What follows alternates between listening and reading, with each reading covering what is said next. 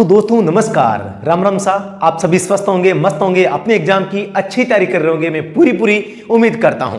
दोस्तों Delhi police driver भर्ती, Delhi police driver भर्ती ये भर्ती नहीं है, हमारा सपना है, हमारा सपना ही हमारा भविष्य है। हमारा भविष्य अपने माता पिता का, आपका जो सपना है वो है दिल्ली पुलिस।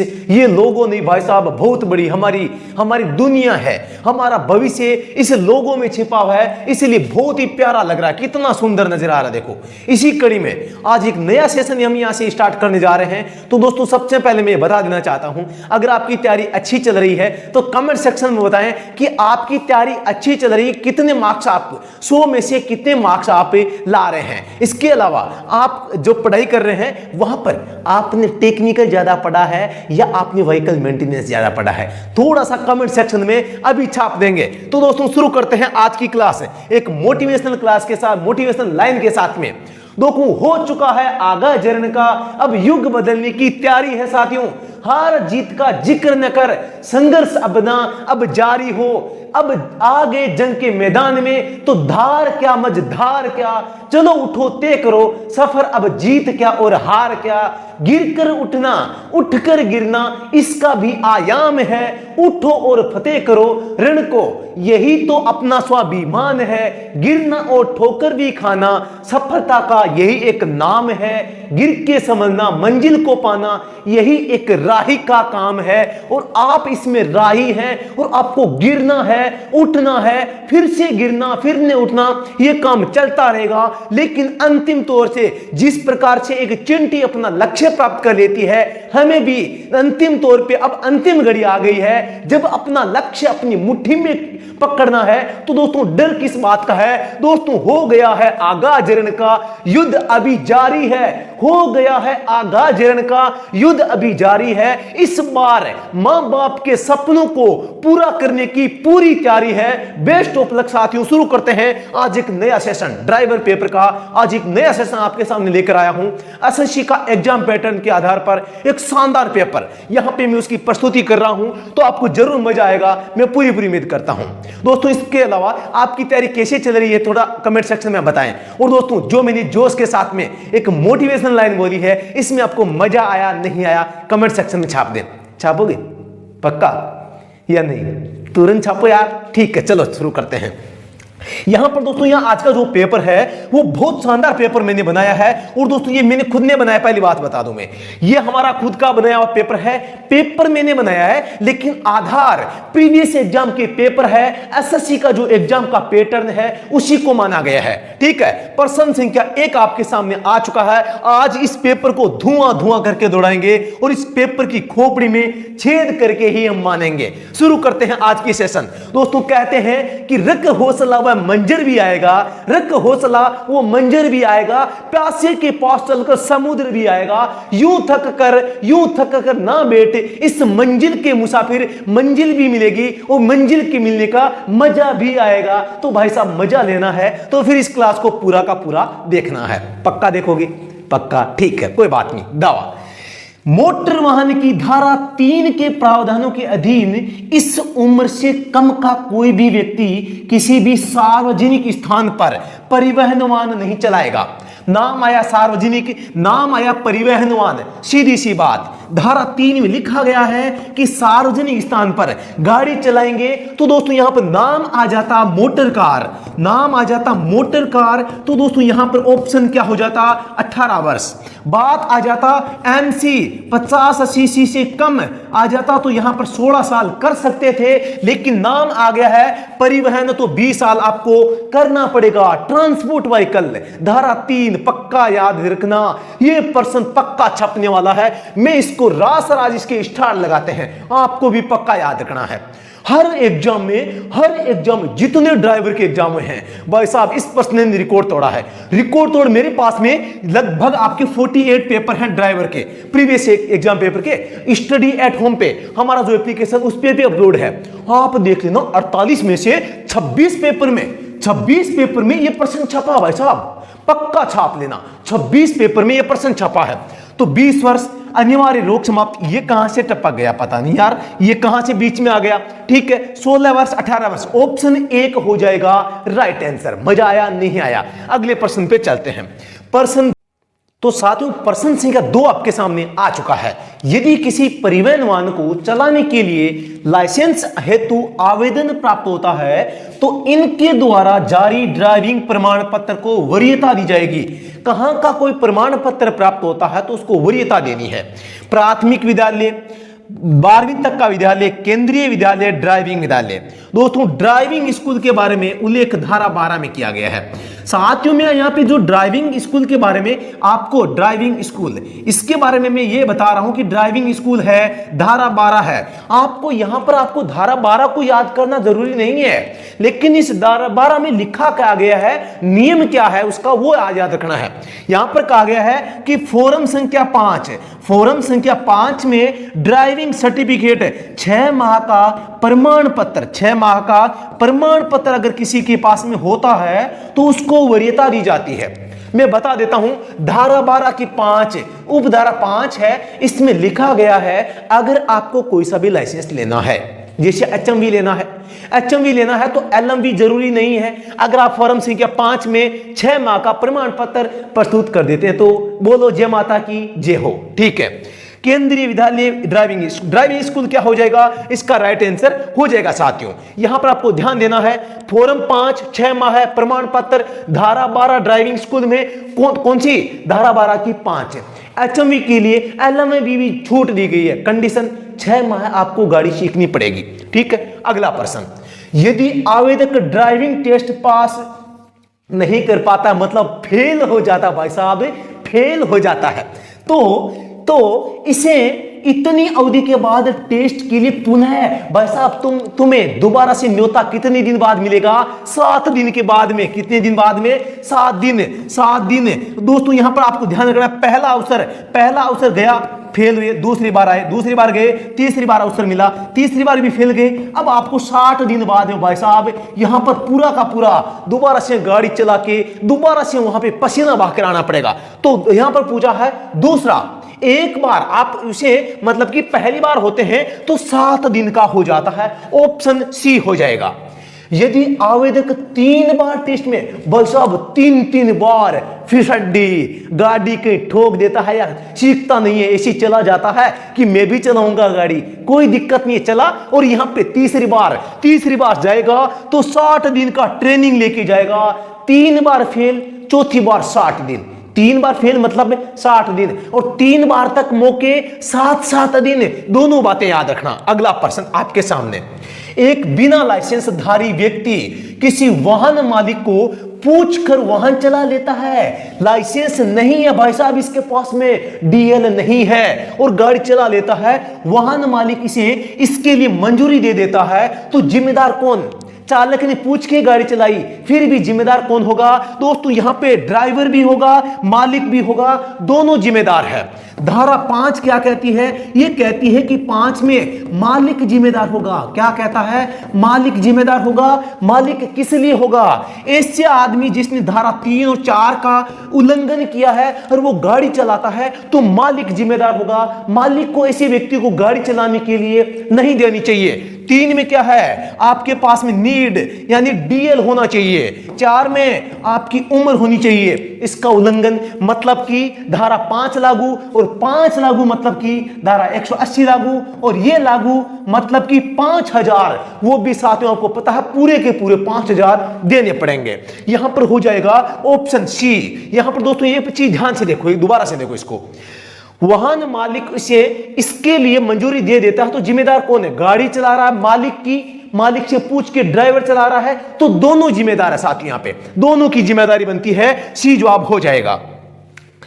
किसी मोटर वाहन या वाहनों के उपयोग से हुई दुर्घटना जहां उसके उद्देश्य के यथोचित प्रयासों के साइट यानी होता है साथियों स्थान होता है, लगाया जा सकता है। इसका अर्थ क्या होता है साथियों? यानी कि किसी मोटर वाहन से हुई दुर्घटना, कोई दुर्घटना हो जाती है और उसका पता नहीं चलता है, पता चल जाता। साथियों ध्यान रखना, धारा 161 और 164 में अंतर है साथियों। क्या अंतर है? इसमें तो क्या है, हिट एंड रन, इसमें क्या है, हिट एंड रन है। और साथ ही इसमें जुर्माना कितना है, 2 लाख, 2 लाख और 50,000। साथ ही ध्यान रखना थोड़ा सा। और ये इसमें पता चल जाता भाई साहब गाड़ी ठोक दी, टांग टूट जाती है तो भी 2.5 लाख, टांग टूट जाती है तो 2.5 लाख है। और अगर मृत्यु हो जाती है तो 5 लाख भाई साहब, 5 लाख पूरे के पूरे यहां पे क्लेम होता है। अगर यहां पे भी इंश्योरेंस करा रखी है तो कोई दिक्कत नहीं है भाई साहब, कोई दिक्कत नहीं है। बीमा है तो, अगर बीमा नहीं है तो पॉकेट में से पूरे के पूरे 5 लाख, मृत्यु पर, घायल होने पर 2.5 लाख। याद कर लेना साथियों, यहां पे दोनों में यही अंतर है। धारा 161, कोई दुर्घटना हुई, मृत्यु हो गई, गाड़ी वाला भाग गया, गाड़ी लेके फरार हो गया, पता नहीं चला। धारा 164, यहां पे गाड़ी से एक्सीडेंट हुआ, मृत्यु हो गई, गाड़ी पकड़ी गई, ड्राइवर की कॉलर भी पकड़ ली, भैया आ जा यहां पे, आ जा यहां पे, कैसे टक्कर मार दी तुमने, अब बीमा दिखा। बीमा है क्या, है तो ठीक है, तू जा बीमा से, बीमा कंपनी से निपट लेंगे। और बीमा नहीं है मतलब 5 लाख, साथ में जुर्माना, साथ में जेल जाना पड़ सकता, साथ में, पता है ना। तो ये बात आपको ध्यान में रखनी है। तो यहां पे दोस्तों वो ऐसी दुर्घटना जिसका साइट पर पता नहीं चल पाता है वो हिट एंड रन दुर्घटना कहलाती है। जैसे हिट करके अस्पताल में भर्ती कौन करवाता है भाई साहब, वाहन को कम से कम 30 किमी प्रति घंटा चलाना। हिट एंड रन मोटर दुर्घटना, हिट एंड रन दुर्घटना करके उसे अस्पताल में भर्ती करवाकर पुलिस को सुपुर्द करना, भाई साहब इसको कहेंगे हिट एंड रन मामला, हिट एंड रन मामला। अगला प्रश्न आ गया है, दुर्घटना की प्रकृति के अनुसार क्षतिपूर्ति के लिए आवेदन किस धारा की उपधारा 1 में भी निर्दिष्ट है। बहुत अच्छा प्रश्न है, पहले पूछा जा चुका है। धारा 165 में आप क्षतिपूर्ति के लिए क्या करते हैं, आवेदन करते हैं। इसको अंग्रेजी में कहते हैं कंपेंजेशन, ठीक है। तो आपको थोड़ा सा इसके बारे में ध्यान रखना है। कंपेंजेशन ये होता है क्षतिपूर्ति, किसे कहते हैं, क्षतिपूर्ति। और दोस्तों इसका नाम एक अन्य नाम भी आता है, हम हर चीज पढ़ेंगे, मुआवजा। मुआवजा इसका क्या है, सामान्य नाम है। क्षतिपूर्ति भी कहते हैं, कंपेंजेशन भी कहते हैं, सारे के सारे नाम है, खोपड़ी में सेट कर लेना। मजा आ रहा है क्या, समझ में आ रहा है क्या, पक्का झूठ तो नहीं बोल रही। अरे यार नींद मत लो, जाग जाओ, पानी पियो, उठ जाओ फिर से एक नए जोश के साथ में। रात सर की क्लास चल रही है यार, ऐसी नींद मत लो, उठ जाओ, कमेंट करो, कमेंट में बताओ कोई डाउट है क्या, डाउट है, अच्छा कौन सा डाउट है, अच्छा लिखो, ध्यान से लिखो, देखे पूरा लिखो, मैं पढ़ता हूं, डाउट लिख दो। चलो ठीक है, चलो अगले प्रश्न पे चलते हैं। आप डाउट लिखो, अब तक मैं एक प्रश्न कर देता हूं, ठीक है। अगला प्रश्न, गति सीमा का उल्लंघन करते हुए मोटर वाहन चलाना, गति सीमा की बात आई है। गति सीमा आते ही धारा 183 और 183 का मतलब है 2000 का जुर्माना लग जाएगा, सीधा का सीधा। 2000 नहीं है, 1000 से 2000 साथियों, 1000 से 2000 है। लेकिन अमूमन इनमें से दोनों को सिलेक्ट करना हो, दोनों में से एक को, तो हम 2000 को प्राथमिकता देंगे। मैक्सिमम वाला पकड़ लो, कहीं भी आए मैक्सिमम वाला। और अगर यहां पे आपका वाहन एचएमवी है तो दोस्तों यहां पे 2000 से क्या हो जाएगा, 4000 हो जाएगा। जुर्माना अलग अलग है। और स्पीडिंग है, ये तो आ गया गति का उल्लंघन, ये तो आ गया गति का उल्लंघन की बात आ गई। यहां पर दोस्तों गति का उल्लंघन है, लेकिन गति सीमा की बात किसमें की गई है, गति सीमा की बात है दोस्तों धारा 112 में की गई है। कमेंट सेक्शन में छाप दो, एक जो बस है, बस के लिए एनएच पर मैक्सिमम स्पीड कितनी है, देखते हैं कितना आप पढ़े लिखे हैं। एनएच पर एक बस के द्वारा मैक्सिमम गति कितनी हो सकती है। अगला प्रश्न आपके सामने आ चुका है। तो दोस्तों इस प्रश्न का जवाब हो जाएगा गति सीमा का उल्लंघन धारा 183। लेकिन जो ये है, अब ये है, इसमें केवल गति सीमा बताई गई है। क्या बताई गई है, गति सीमा बताई गई है। अगला प्रश्न आपके सामने आ चुका है। बात आ गई शराबी व्यक्ति, भाई साहब बोतल चूस के गाड़ी चलाना इससे संबंधित है। द्वारा ड्राइविंग किया जाना एक दंडनीय अपराध है, सभी जानते हैं, जिसमें कारावास जुर्माना दोनों का प्रावधान है, यह भी जानते हैं गुरुजी। यदि स्वास्थ्य विश्लेषक ने परीक्षण करने पर उसके रक्त में यानी कि खून में अल्कोहल की मात्रा इससे अधिक पाई जाती है। किससे अधिक पाई जाती है? ध्यान से देख लेना। 30 तो mg है, यानी कि मिलीग्राम, भाई साहब मिलीग्राम, और इसमें 100 क्या हो जाएगा? मिलीलीटर हो जाएगा, ml हो जाएगा। ये क्या है साथियों? ब्लड हो जाएगा। ठीक है, तो यहां पर आपको थोड़ा सा ध्यान देना है। और ये क्या है? अल्कोहल है, अल्कोहल हो जाएगा। ठीक है, इसको दोस्तों एक दूसरा नाम भी जाना जाता है, यानी कि ब्लड जो है अल्कोहल कंटेंट, BAC भी जाना जाता है। BAC पूछ ले तो 0.03% में आ जाएगा। ये भी मान आपको याद रखना, blood alcohol content, blood alcohol content याद कर लेना साथियों। ये भी साथियों यहां पे तो 30 मिलीग्राम प्रति 100 ml रक्त में, ऑप्शन ए क्या हो जाएगा? सही हो जाएगा। अगले प्रश्न पे चलते हैं। प्रशिक्षु वाहनों में वाहन के आगे और पीछे एल बोर्ड का यहां पे प्रदर्शन निम्न किया जाना चाहिए, जिसका आकार, ऊंचाई कितनी है? 18 है, तो चौड़ाई कितनी होगी? ये भाई साहब ये बोर्ड बना दिया, 1 मिनट लगाऊंगा, ये आपका बोर्ड हो गया। ये 18 होता है, यहां से भी 18, यहां से भी 18, यहां से भी 18, ये 2, ये 9, ये 10, इसका कलर रेड है। और दोस्तों यहां पे इसकी पृष्ठभूमि कैसी है? व्हाइट है भाई साहब। ये लो पूरा का पूरा चौड़ाई दे, ऊंचाई दे दी है, ये ऊंचाई दे दी, चौड़ाई भी 18 है, मतलब 18 का 18 हो जाएगा। अगला प्रश्न आ चुका है। वाहन बीमा के संबंध में सही कथन का चयन करें। नो बकवास, नो चक, नो बकवास, फालतू का मैसेज कमेंट सेक्शन में मत करना। जो डाउट है वही राशन से पूछना। समय का मतलब कि समय का काफी बड़ी कीमत है, और यहां पे आपका एग्जाम आ चुका है। अब हमें एक नए जोश के साथ में रिवीजन करना है। शानदार पेपर में लेकर आया हूं, ध्यान से सुनो, फिर से लग जाओ अपनी तैयारी के साथ में।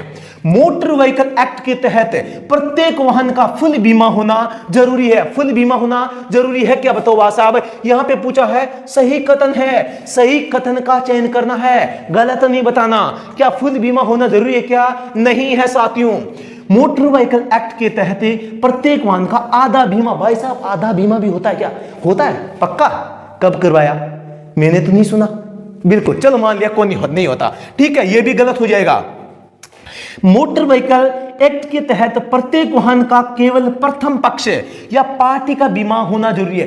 प्रथम पक्ष या पार्टी का, यह भी गलत हो जाएगा। मोटर व्हीकल एक्ट के तहत प्रत्येक वाहन का कम से कम तीसरी पार्टी का मतलब है थर्ड पार्टी। भाई साहब थर्ड पार्टी बीमा यहां पे आवश्यक होता है। कौन सी धारा में? धारा 146 इसमें होती है। और ये अगर नहीं करवाते हैं तो गाड़ी मत चला लेना। गाड़ी चला ली तो भाई साहब धारा 196 में लागू हो जाएगी। 2000 की फटकार, 2 लाल वाला नोट, लाल वाला पूरा का पूरा एक पूरा नोट 2000 वाला जब्त कर लेंगे। ठीक है, आगे बढ़ते हैं। तो यहां पर ध्यान देना है, साथ में 3 माह के लिए जेल में मच्छर काटने के लिए भी भेजा जा सकता है। दादागिरी करी तो जेल भी जाना पड़ सकता है। ध्यान से, अगर बीमा नहीं है, पकड़े गए तो चुपचाप 2000 वाला नोट निकाल के दे देना। भाई साहब अगले प्रश्न पे आ गया है। चालन के लिए लाइसेंस की आवश्यकता, चालन के लिए लाइसेंस की आवश्यकता खालिस्तान के रूप में एक चिकित्सीय प्रमाण पत्र प्राप्त किया जा सकता है। यानी कि डीएल बनवाना है, उसके लिए चिकित्सा प्रमाण पत्र बनवाना है। फॉर्म कौन सा होगा भाई साहब? ये फॉर्म संख्या कितना होता है? फॉर्म संख्या 1 होता है।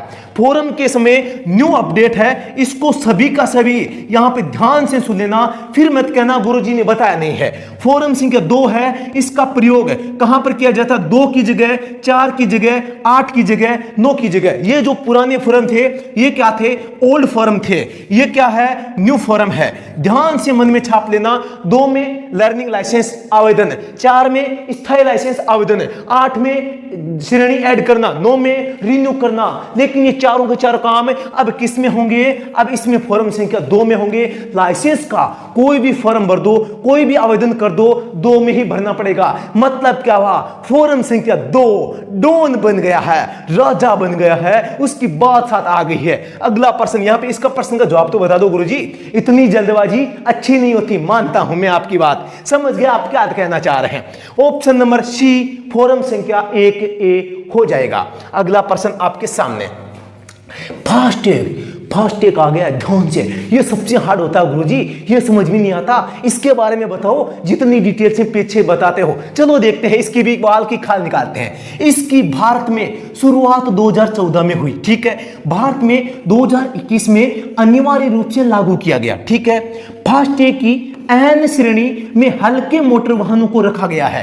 एन श्रेणी में हल्के मोटर वाहन, भाई साहब गलत हो जाएगा।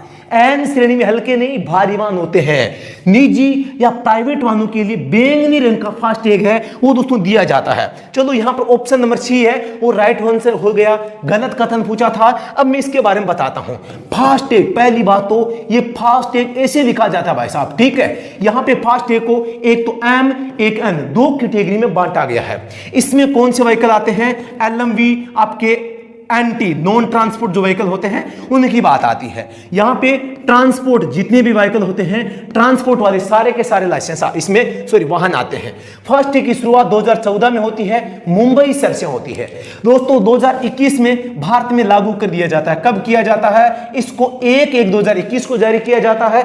बाद में इसको आगे बढ़ाकर 16 फरवरी 2021 कर दिया जाता है अनिवार्य रूप से। लेकिन जो ट्रांसपोर्ट व्हीकल होते हैं इनके लिए 2017 में इसको जारी कर दिया जाता है, जो नए वाहन होते हैं ना उनके लिए। अब गुरुजी ये क्या माजरा है? इसका जो लाइसेंस जो फास्टैग होता है बैंगनी रंग का होता है। आपके एन कैटेगरी ट्रांस वालों के लिए एक सूत्र है OGPYB। ऐसे थोड़ी होता है यार, ऑरेंज ग्रीन OGYPB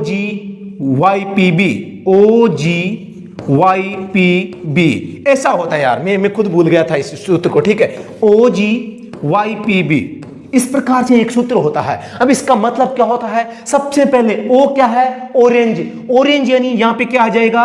यहां पे LMV हल्के वाहन, लेकिन T आ जाएगा। G से क्या आ जाएगा? यहां पे 2 एक्सल आ जाएगी, 2 एक्सल वाहन हो जाएंगे, आप समझ जाना। Y से क्या आ जाएगा? 3 एक्सल आ जाएगा, बढ़ाते जाओ। और P से क्या आ जाए? पिंक के ऐसे क्या आ जाएगा? 4 से 6 एक्सल। गुरुजी अब लास्ट वाले क्या बचा? यहां से 7 एक्सल या 7 से ज्यादा वाले आ जाएंगे।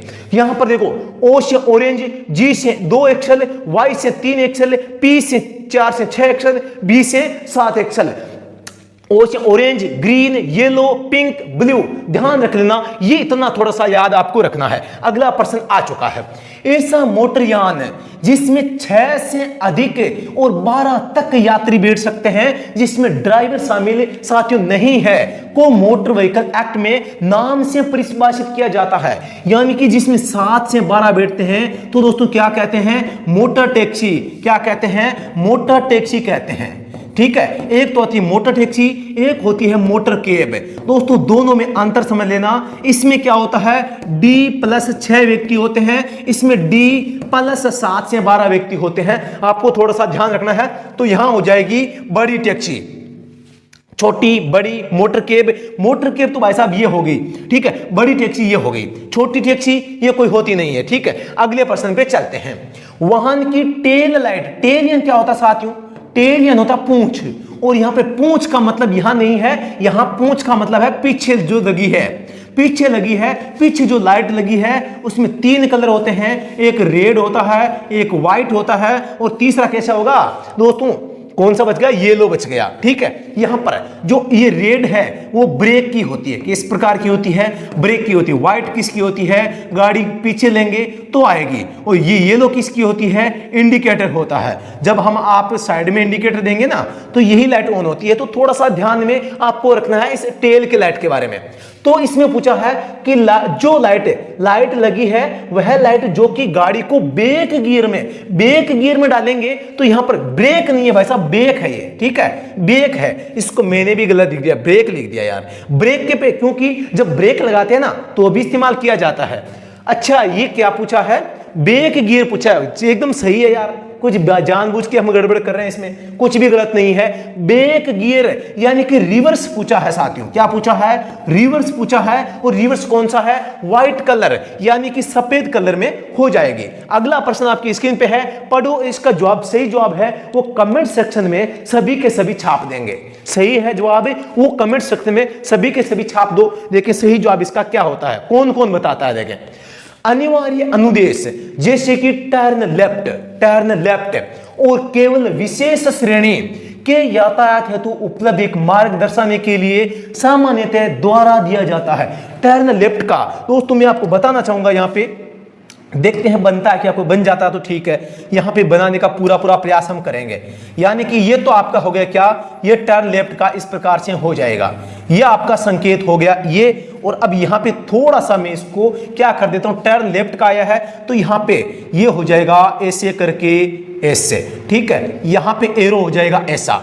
तो यहाँ पे आपको कुछ समझ में आया नहीं आया, पूछा क्या है, यहाँ पे पूछा टर्न लेफ्ट, टर्न लेफ्ट का ये आ गया। विशेष श्रेणी के एहतियात किसमें दर्शाया गया है, लाल वलय में। किसमें दर्शाया गया है, लाल वलय, नीले वृत्त में, लाल त्रिभुज, काली त्रिभुज, नीला वृत्त इसका जवाब है, सही हो जाएगा साथियों। अगले प्रश्न पे चलते हैं। प्रश्न संख्या आपके सामने यहाँ पे आ गया 17। मोटर वाहन बीमा प्रमाण मोटर वाहन अधिनियम के अनुसार एक विधिक आवश्यकता है। यानी कि मोटर वाहन का बीमा प्रमाण पत्र मोटर वाहन अधिनियम के तहत एक क्या है, विधिक, यानी कि कानूनी रूप से अनिवार्य होता है।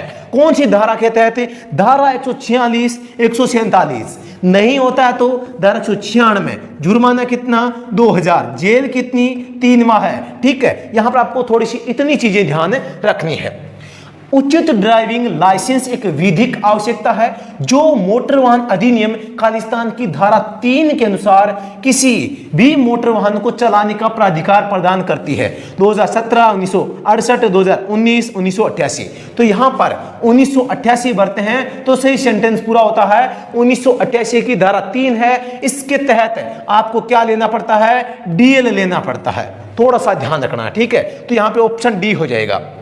व्यापक बीमा यानी कि फुल इंश्योरेंस की बात हो रही है साथियों, का नवीकृत भारत में वार्षिक रूप से अग्रिम में हो सकता है। कितने समय पहले, एडवांस रिन्यू की बात हो रही है तो यहां पे 1 माह है। ऑप्शंस के हिसाब से 1 माह क्या हो जाएगा, सही हो जाएगा। आपको क्या नहीं करना चाहिए, यह था आपको 30 किलोमीटर प्रति घंटा से ज्यादा गति या इससे ज्यादा ऊपर कोई वाहन नहीं होना चाहिए। ऐसा आपको किस चिन्ह में दर्शाया जाता है, तो लो गुरुजी अब इसको भी बता देते हैं। इसका भी थोड़ा सा चित्र डायग्राम है वो बना देते हैं। ये आपका इस प्रकार से तो क्या होता है, डायग्राम होता है। यहां पे मैं आपको बताना चाहूंगा जो इसका जो घेरा होता है वो ऐसे कैसे हो गया, रेड आया नहीं, ये आ गया रेड, ठीक है। तो इसका घेरा होता है रेड कलर में, गुरुजी बन गया, तकड़ा बना है। कैसा बना, कमेंट सेक्शन में बताओ देखे। अब इसमें ब्लैक कलर में क्या हो जाएगा, ब्लैक कलर में यहाँ पे 50 बने होंगे, ये 50 बना दिए।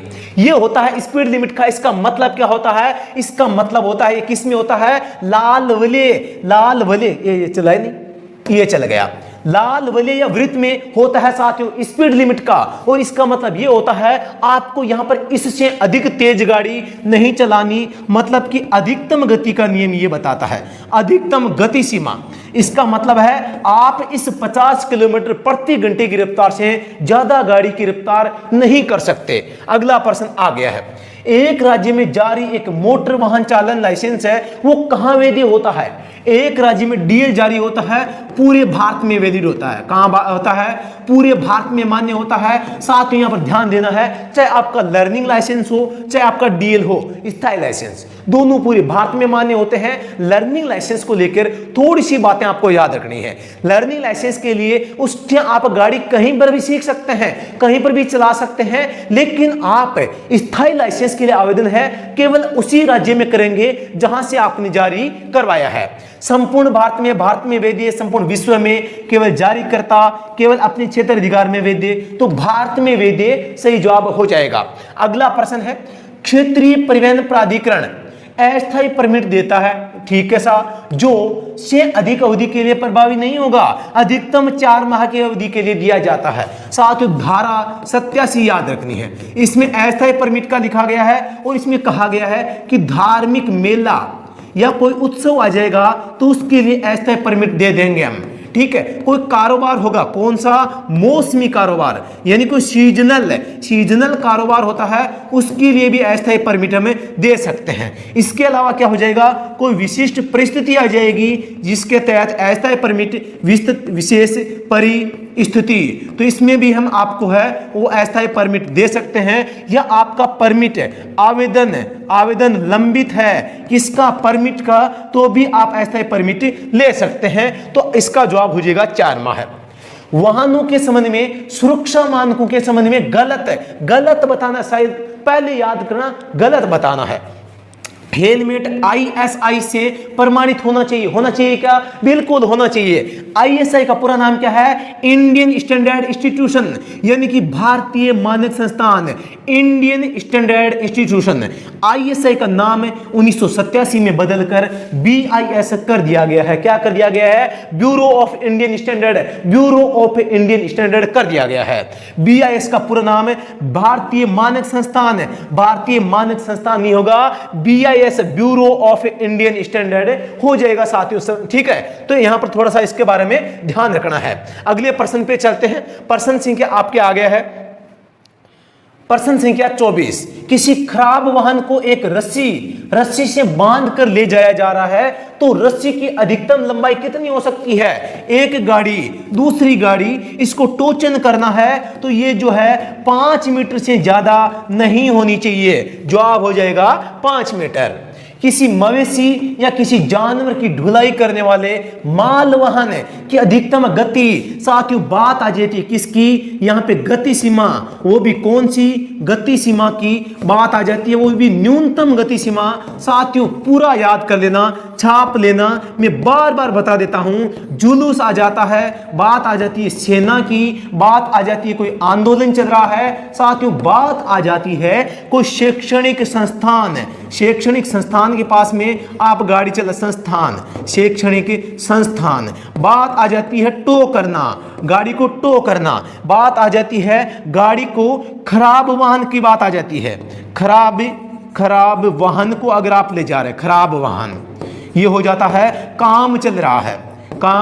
और कितना रह गया गुरुजी? इतना ही है। तो इसमें स्पीड जो होती है आपकी हो जाएगी, यहां पे ये लो यार, ये लो, इसमें छपाई नहीं 25, तो इसका 25 किलोमीटर प्रति घंटा रफ्तार होती है। 25 के नजदीक कौन है उसको पकड़ दो, 24 किलोमीटर प्रति घंटा हो जाएगी। साथ ही एक और जोड़ दो, एक बच गया भाई साहब, ट्रैक्टर बच गया है।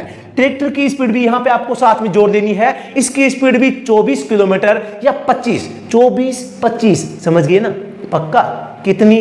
20, 24 या 25 नहीं है तो 24 भी नहीं है तो फिर 20 हो जाएगा। यार ज्यादा नहीं करनी, कम कर सकते हैं हम, ज्यादा नहीं करनी है। धीरे से आराम से बता रहा हूं, किसी को बताना मत, अपने आप सीख लेना। एग्जाम में आ जाए तो पेपर की खोपड़ी में छेद भी कर देना। अगला प्रश्न आ चुका है।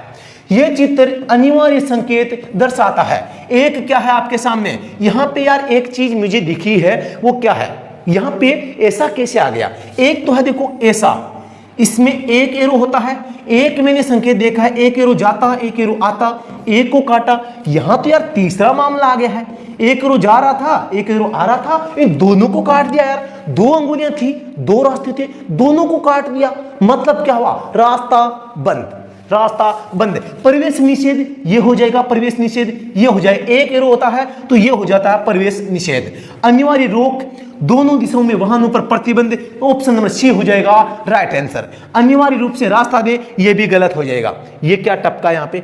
ये क्या टपका? देखते हैं, चलो ठीक है। तो यहां पर अनिवार्य रूप से रास्ता दे, ये भी गलत हो जाएगा दोनों दिशाओं में, क्योंकि आना और जाना दोनों को काट दिया गया है। साथ में एक एरो बनता है, ये जो मैंने बताया था, इसका मतलब होता है एक तरफा रास्ता। क्या होता है? एक तरफा रास्ता। इसको एकांगी मार्ग के नाम से भी जाना जाता है। इसको ये भी कह सकते हैं एक दिशा में यान प्रतिबंध, एक दिशा में यान प्रतिबंध है। जिस प्रकार से हमने इसको कहा है दोनों दिशाओं में वाहनों पर प्रतिबंध है, उसी प्रकार से इस संकेत को 2 रास्ते, एक को काटा, एक बच गया, मतलब एक तरफा, एकांगी, एक दिशा में वाहन प्रतिबंध, वन वे। इसका अंग्रेजी नाम क्या है? One way. अंग्रेजी में पकड़ लेना इसको, बाकी नहीं आए तो कोई बात नहीं। प्रश्न 27। यह चित्र अनिवार्य संकेत दर्शाता है। बैलगाड़ी है भाई साहब, आराम से पहचाते हैं, और काट दिया गया है, सीधी सी बात है, बैलगाड़ी निषेध हो जाएगी। अगला प्रश्न है, ये देखो, ये मजा आया, ये मजा आया। क्या है? एक एरो जा रहा है और एक आ रहा है, केवल जाने वाले को काटा है, मतलब क्या हो जाएगा? प्रवेश निषेध, वाहन निषेध, ओवरटेकिंग निषेध, एक तरफा संकेत। डी क्या हो जाएगा? जवाब हो जाएगा। यहां पे ये चित्र क्या दर्शा रहा है दोस्तों? एक सड़क आ रही है, ये सड़क आ रही है, ऐसे भी जा रही है, लेकिन यहां पे रेड आ गया है, मतलब क्या है? यहां सड़क बंद है। मतलब कहां? साइड में। देखो देखे, चौराहा, संकीर्ण सड़क, रास्ता नहीं, साइड रोड नहीं, ऑप्शन डी हो जाएगा साइड रोड नहीं। यह चित्र सूचनात्मक संकेत दर्शाता है। एक ऐसी रोड थी, सामने क्या आ गया, रेड आ गया, यहां पे रेड आ जाता है इस प्रकार से, ये रेड आ गया, ये लो, और यहां पे कैसा आ गया है, यहां पे आ गया है व्हाइट। ये आपकी सड़क थी और सामने क्या आ गया है, सामने आ गया है, सामने आ गया आपके रेड आ गया, मतलब कि सामने क्या है, सामने रास्ता बंद है, सीधी सड़क नहीं, साइड रोड नहीं, चौराया, संकीर्ण सड़क, सीधी सड़क नहीं। ऑप्शन एक क्या हो जाएगा, राइट आंसर। इंजन ऑयल की अधिक खपत का क्या कारण है, इंजन ऑयल की बात आ रही है, ऑयल, इंजन तेल की बात हो सकती है या इंजन ऑयल की बात आ जाती है। ऑयल कब ज्यादा जलेगा, जब आपका इंजन जो है क्या होगा, ऑयल सील का लीक होना, सही आंसर है। इंजन ओवरहीट होना, ये भी सही है।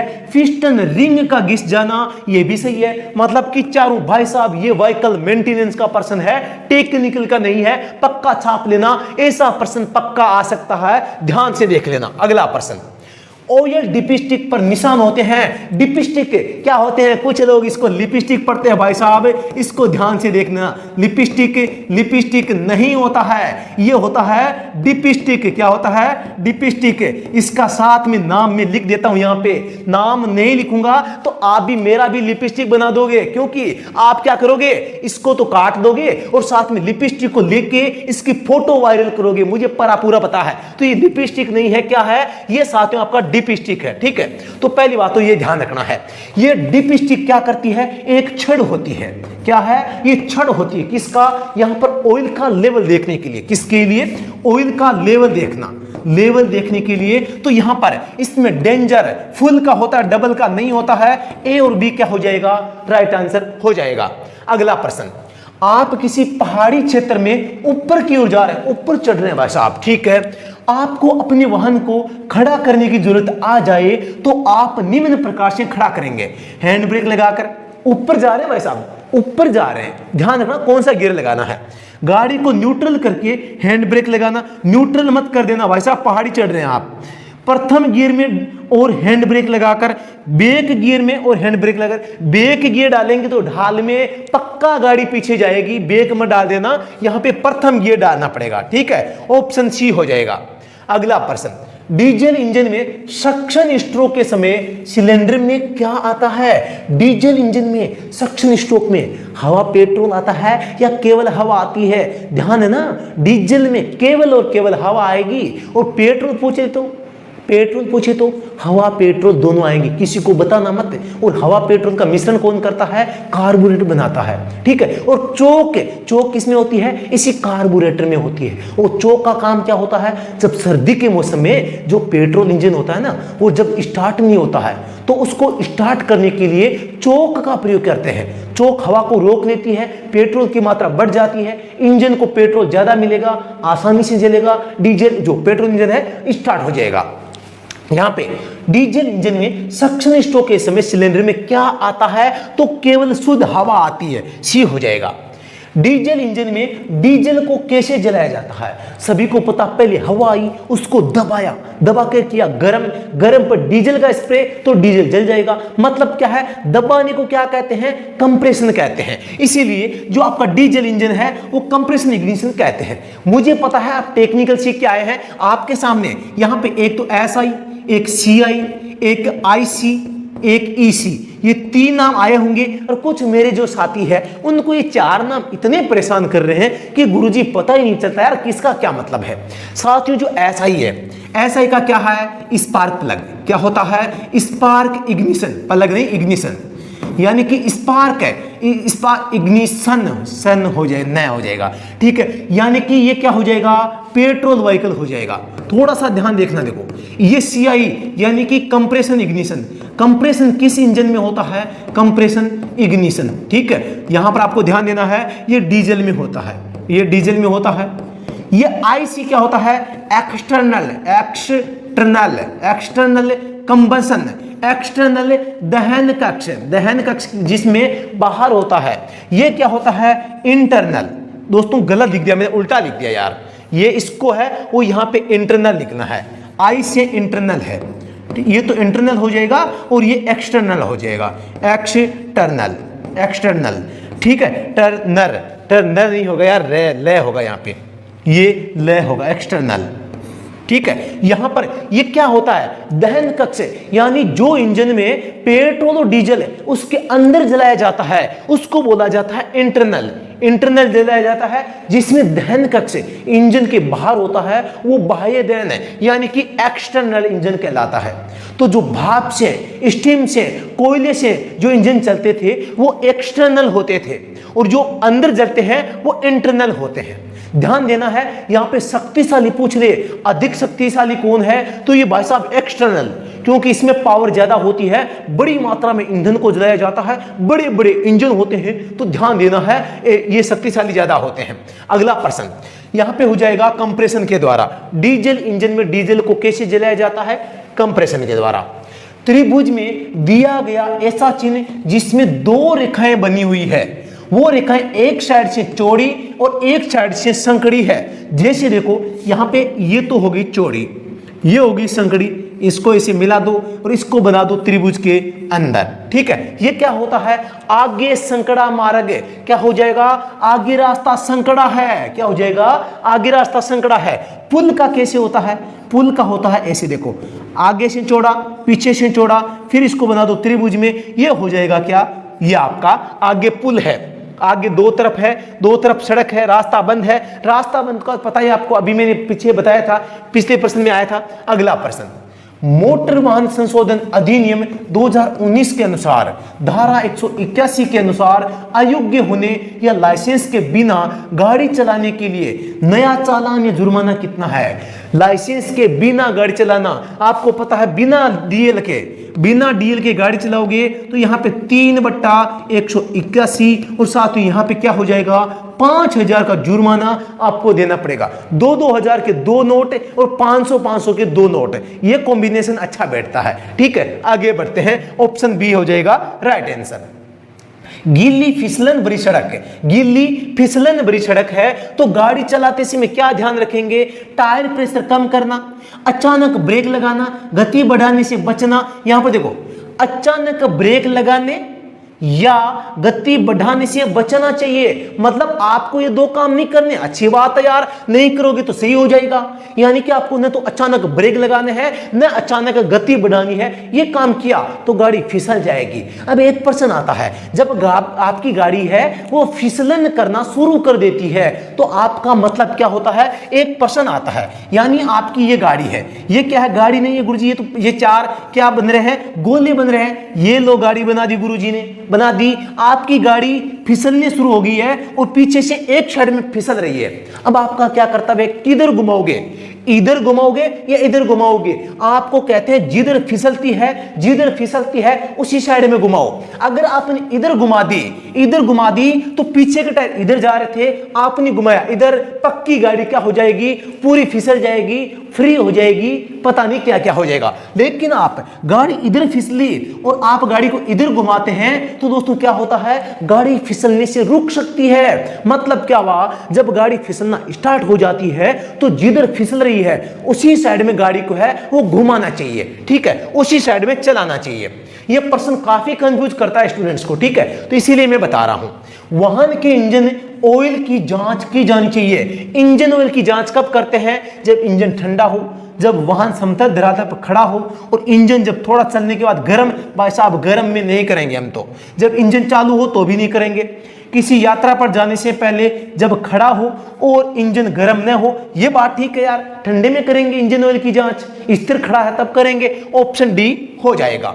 भारत में टोल प्लाजा पर वाहन रोक के बगैर टोल का भुगतान करने के लिए किस युक्ति का प्रयोग किया जाता है, fast toll, FASTag, fast card. यार मिलते जुलते नाम है, तो यहाँ पे सही कौन सा होगा, ये तो हो गया फास्ट, ये नहीं होगा, ये फास्ट टोल हो गया, ये भी गलत हो जाएगा। यहाँ पे फास्ट टैग, ये हो जाएगा, ये हो जाएगा। अंग्रेजी में नाम क्या है, ये तो हो गया फास्ट, ये साथ में हो गया फास्टैग, साथ में फास्टैग।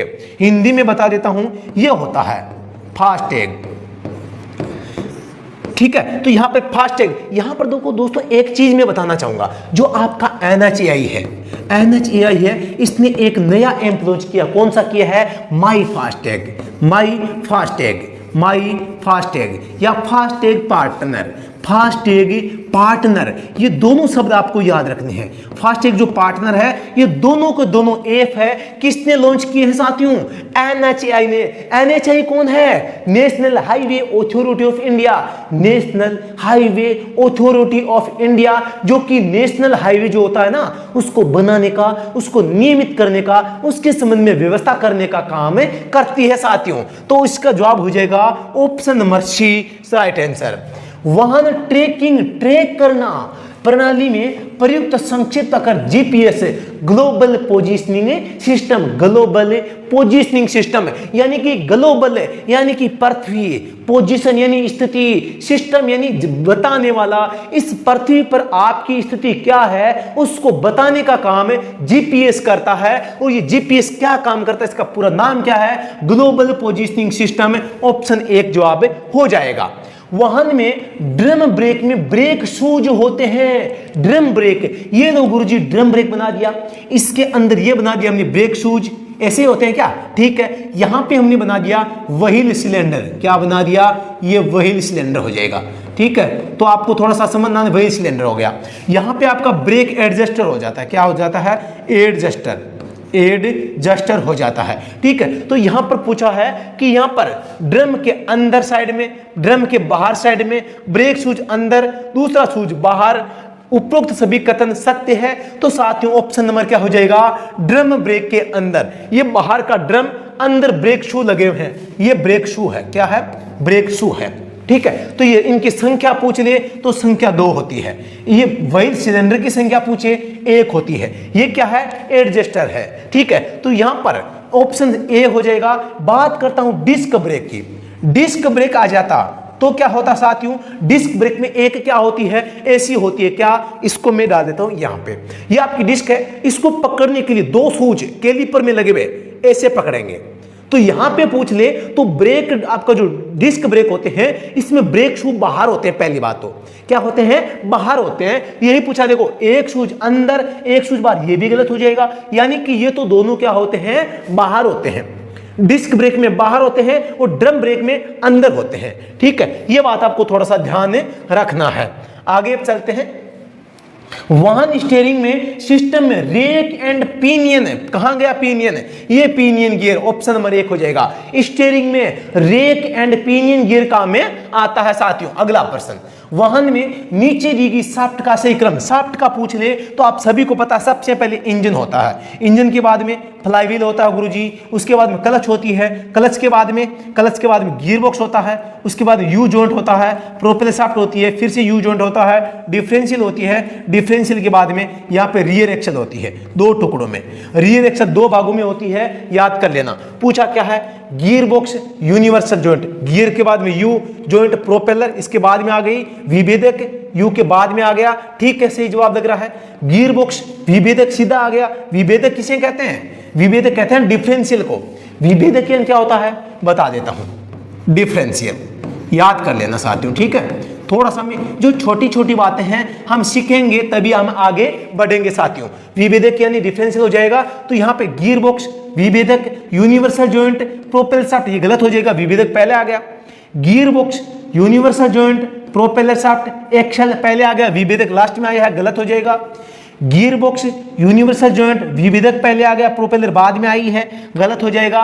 राइट आंसर हो जाएगा ऑप्शन नंबर 1 साथियों। अगला प्रश्न, वाहन डैशबोर्ड लाइट का संकेत कर रही है। दोस्तों किसका संकेत कर रही है? कमेंट सेक्शन में तुरंत छापो। साथ ही यहाँ पे clutch plate warning light, tyre pressure warning light, brake pad warning light, glow plug warning light. Brake का एक उपाय बता देता हूं। ब्रेक का एक, जहां पे गोला नजर आ जाए, गोला नजर आ जाए, उसके कोष्टक नजर आ जाए, ये क्या होते हैं? ये ब्रेक शू, इनको शू समझ लेना, शू समझ लेना। कोष्टक के अंदर, कोष्टक के बाहर, गोले के बाहर कोष्टक नजर आ जाए तो क्या समझ लेना? वो संबंध ब्रेक से कहीं न कहीं रख रहा है। यहां पर जैसे देखो ये संकेत आया है, तो यहां पे किसका संबंध, इसका संबंध कैसे संकेत से है?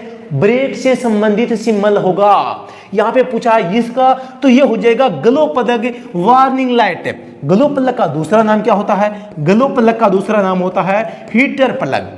Heater plug. और ये कौन से इंजन में काम आता है गुरुजी? डीजल इंजन में काम आता है। डीजल इंजन में इसका काम क्या होता है? सर्दी के मौसम में डीजल इंजन को स्टार्ट करना। गुरुजी पेट्रोल में तो आपने चोक को बताया था, बात बताई थी, सही बताई थी।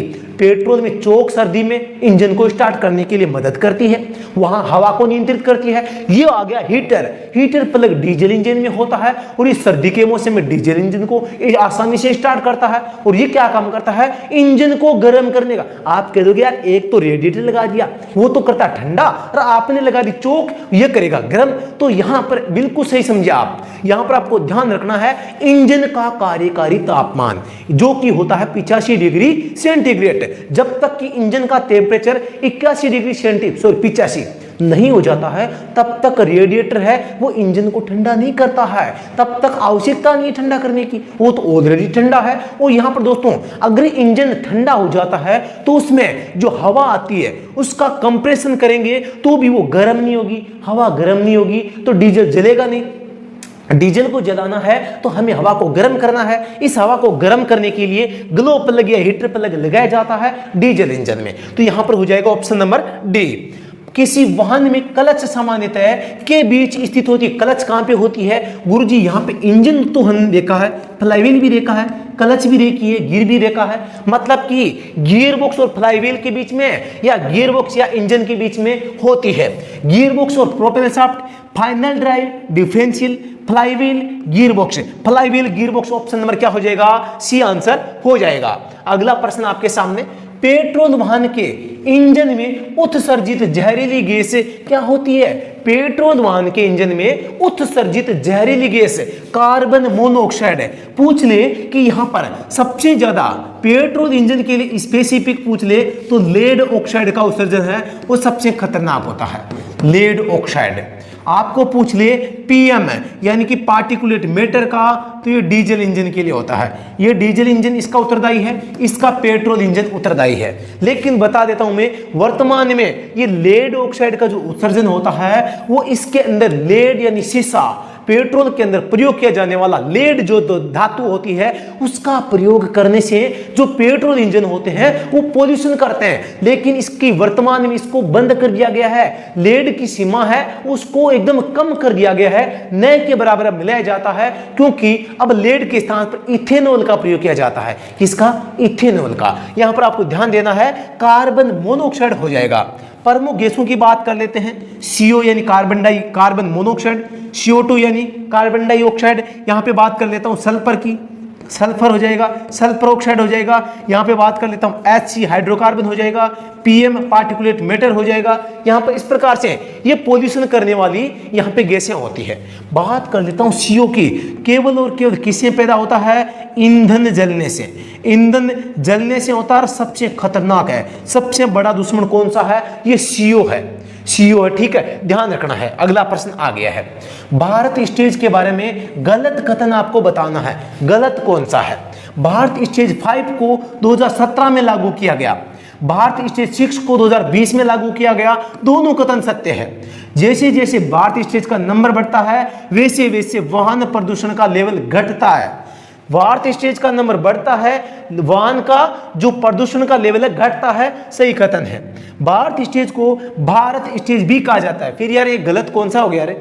अच्छा, मैंने इसको पहले को भारत स्टेज 5 को 2017 में लागू कर दिया है। भारत स्टेज जो 5 है आज तक लागू ही नहीं हुआ है। भारत स्टेज 4 2017 में है, वो लागू हुआ था। तो ये गलत हो जाएगा, ये 5 नहीं आएगा, 4 आएगा इसकी जगह। क्या आएगा? 4 आएगा। ठीक है, तो यहां पर गलत हो जाएगा। ऑप्शन नंबर 1 गलत ही पूछा गया है। अगले प्रश्न पे, blind spot on the spot अस्पष्ट स्थान क्या होता है? ब्लाइंड ऑन द स्पॉट जो दिखते नहीं है, किसमें? साइड मिरर में, रियर व्यू मिरर में। तो इसको क्या कहेंगे? यानी कि चालक के रियर व्यू दर्पण से साइड दर्पण में, गलत हो जाएगा। चालक के साइड दर्पण से, यह भी गलत हो जाएगा। आपके वाहन के भीतर रियर व्यू दर्पण द्वारा कवर न केवल रियर व्यू का आया है, चालक को देखने पर भी रियर व्यू मिरर और साइड मिरर से नहीं दिखने वाले स्थान, यानी कि आपके अंदर 2 तो साइड में शीशे हैं, एक पीछे केबिन में है। इन तीनों शीशों से तीनों दर्पण से जो स्थान दिखता नहीं है उसको ब्लाइंड स्पॉट के नाम से जानते हैं। माना कि आपकी गाड़ी ये है, यहाँ पे एक तो रियर व्यू मिरर लगा है, एक यहाँ पे लगा है, एक यहाँ पे लगा है। ये जो है यो क्या देखेगा, यहाँ का स्थान देख लेगा। ये शीशे हैं, ये स्थान देख लेंगे।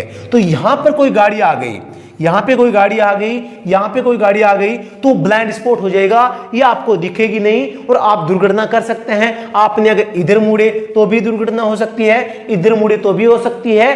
तो ये जो स्थान है ब्लाइंड स्पॉट के नाम से जाना जाता है। वाहन में टायर रोटेशन का लाभ नहीं है, टायर का रोटेशन का लाभ नहीं है। टायर की उम्र बढ़ती है, रोटेशन से बढ़ती है। चलो मान लेते हैं, देखते हैं। टायर समान रूप से घिसता है, ठीक है। टायर का अनियमित घिसाव को कम करने के लिए टायर रोटेशन किया जाता है। ब्रेक लगाने में आसानी रहती है क्योंकि टायर सड़क को आसानी से पकड़ लेते हैं। भाई साहब ये ब्रेक लगाने से रोटेशन से क्या तालमेल है, कोई तालमेल नहीं है। यहाँ पे डी गलत हो जाएगा। टायर की उम्र बढ़ती है, उम्र बढ़ती है यानी कि जो पहले 6 महीने में घिस जाता एक साइड से, अब रोटेशन कर दिया है तो वो नियमित घिसेगा, थोड़ा सा लंबा चलेगा, ठीक है। टायर समान रूप से घिसता है, ये भी सही हो जाएगा। तो यहाँ पे आपको ध्यान देना है, टायर का अनियमित घिसाव को कम करने के लिए टायर रोटेशन किया जाता है, ये भी सही हो जाएगा। अगला प्रश्न तो 50 ही थे, तो गुरुजी अब क्या करवाओगे? ये 50 प्रश्न पूरे हो गए।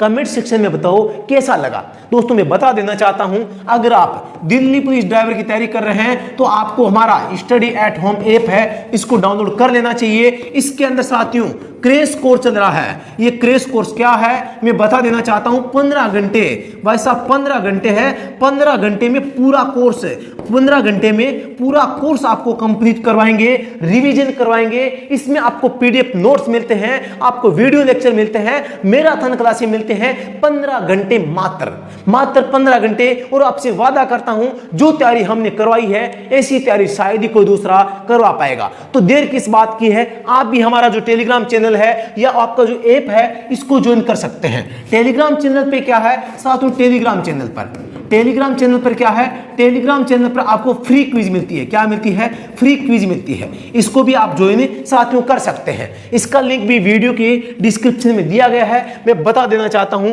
यहां पर अगर आप क्रैश कोर्स ज्वाइन करते हैं, इसके साथ में आज वर्तमान में ऑफर चल रहा है। और दोस्तों वर्तमान में आप इसे प्राप्त करते हैं तो यहाँ पे 35 ड्राइवर के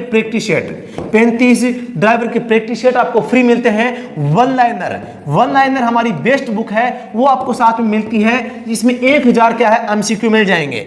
500 का एक सेट है जिसमें व्हीकल मेंटेनेंस टेक्निकल नहीं है, इंजीनियर नहीं बनाऊंगा, न तो आपको मैकेनिक बनाऊंगा, न मिस्त्री बनाऊंगा, न आपको इंजीनियर बनाऊंगा, मैं तो बनाऊंगा ड्राइवर। और ड्राइवर में आएगा व्हीकल मेंटेनेंस, जो कि किसी ने नहीं पढ़ाया है, मेंटेनेंस। इसके जो बेस्ट पर्सन होते हैं 500 मैंने करवा दिए हैं। और 500 साथियों यहां पे मैं बता देना चाहता हूं, लास्ट की जो 500 है वो क्या है पता है? रोड सेंस क्या होता है पता है क्या? तो आपको नहीं पता है तो मैं बताऊंगा। और यहां से पक्का पर्सन है आपके छपेंगे और आपसे नहीं होंगे, मैं बता देता हूं।